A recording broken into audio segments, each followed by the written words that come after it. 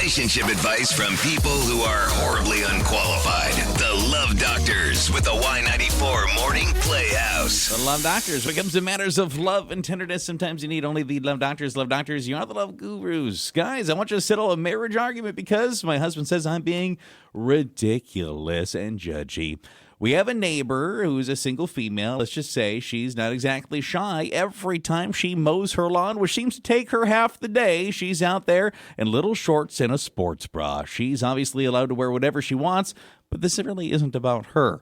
The problem is my husband, who suddenly seems to always be doing his lawn work at the same time. I told him, you don't need to be outside the same time as her. And he said, are you forbidding me to mow the lawn the same time as the neighbor?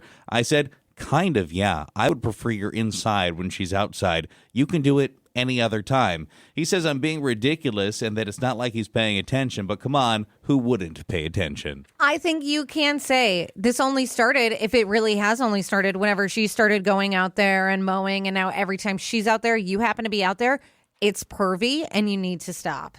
Well, and you know if it seems a little too intentional, if all of a sudden he's like, oh, you know what, I got to go mow the lawn, and he's running out of the house. As he hears the other lawnmower go off, you see the neighbors out there, yeah, call him out. Say, you're only going out there because you just saw she's out there. Yeah, I don't think he needs to, run inside if he's outside and suddenly she comes out, but he certainly doesn't need to be timing it. That's creepy. Every time she's out there, and you're out there for the same amount of time she's out there, yeah, that's creepy. Love doctors, yeah, love gurus. I need a little advice. I'm single, and every once in a while I see a guy that I think is attractive.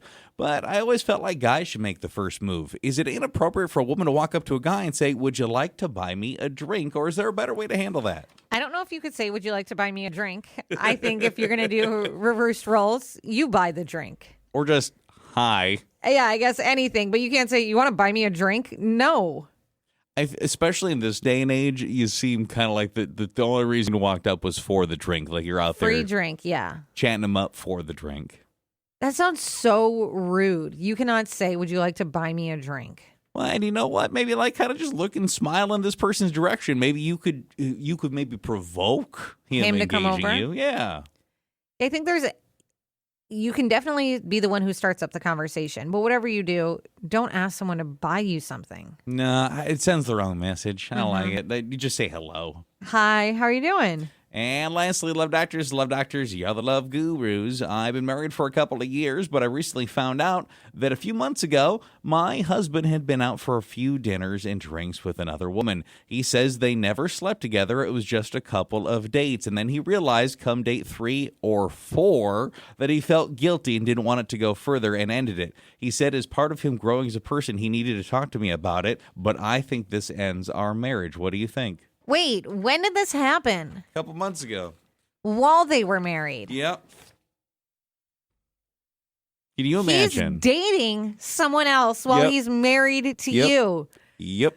One, you lose all trust in this person. I think, yes, it can end the marriage. You want to come forward now because you feel guilty. If you had issues or there was something going on in the marriage, you should have come to me directly, not stepped out. But that's what you chose to do. So have fun.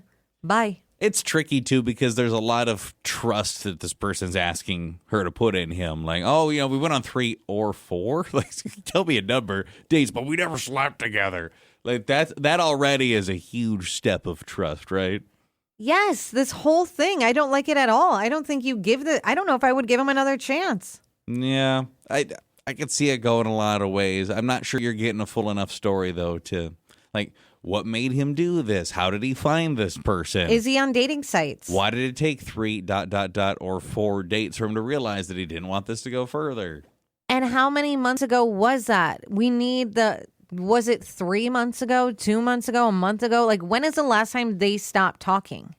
Yeah, you don't have enough information, I think, to decide if you're forgiving this person. And, considering what he's asking you to forgive, I think that you can ask those questions. How do you trust he's not going to go back on another dating site and go on another date with someone else? Yeah. Well, what about it made you realize that, this was a mistake? That was a mistake. What about me makes you know that you are in the right place? But what about me made you feel like you should go out there in the first place? Why did you go out there? Yeah. Lots of questions. Oh, I don't like that. Here's what you do.